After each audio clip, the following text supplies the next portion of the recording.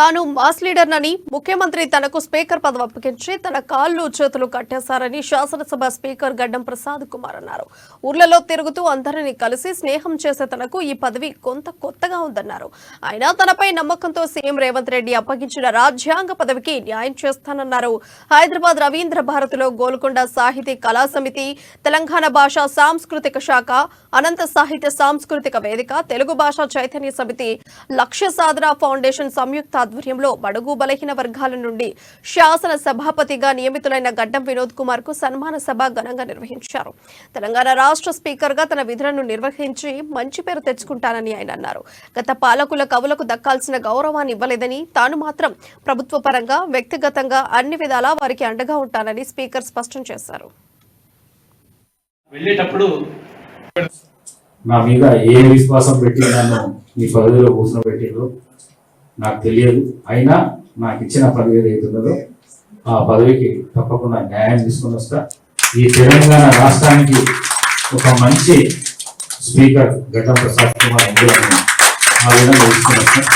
మరి అదేవిధంగా ఈరోజు ఈ కార్యక్రమానికి ఇచ్చేసిన కవులందరికీ నేను ఒక మాట మీకు ఏదలుచుకున్నా. ఇంతకుముందు నా ప్రభుత్వాలు మిమ్మల్ని గౌరవించినాయా లేదా నాకైతే తెలియదు, కానీ మీరు ఎప్పుడు ఏది అవసరం ఉన్నా నా దగ్గరికి వచ్చి అడిగితే తప్పకుండా సాయం చేసే ప్రభుత్వ పరమైన పర్సనల్ గా ఏదైనా ఉన్నా పర్వాలేదు, తప్పకుండా ఆ విధంగా సాయం చేయడానికి ప్రయత్నం చేస్తానని చెప్పేసి మీ అందరితో తెలియజేస్తూ, మరి లాల్ రెడ్డి గారు ఇప్పుడు వచ్చి మాట్లాడిన వారు వాళ్ళ ఇంట్లోనే నేను ఉండి ఎంపీటీసీగా కొట్లాడిన కోటమరపల్లిలో వారి అన్న కృష్ణారెడ్డి గారు, అక్కడి నుంచే నా రాజకీయ ప్రస్తావన స్టార్ట్ అయింది. తప్పకుండా వాళ్ళ కోరిక ఏదైతున్నదో నా మీద ఏ విశ్వాసం పెట్టి నన్ను ఈ పదవిలో కూర్చోబెట్టిందో నాకు తెలియదు. అయినా నాకు ఇచ్చిన పదవి ఏదైతున్నదో ఆ పదవికి తప్పకుండా న్యాయం తీసుకొని వస్తా.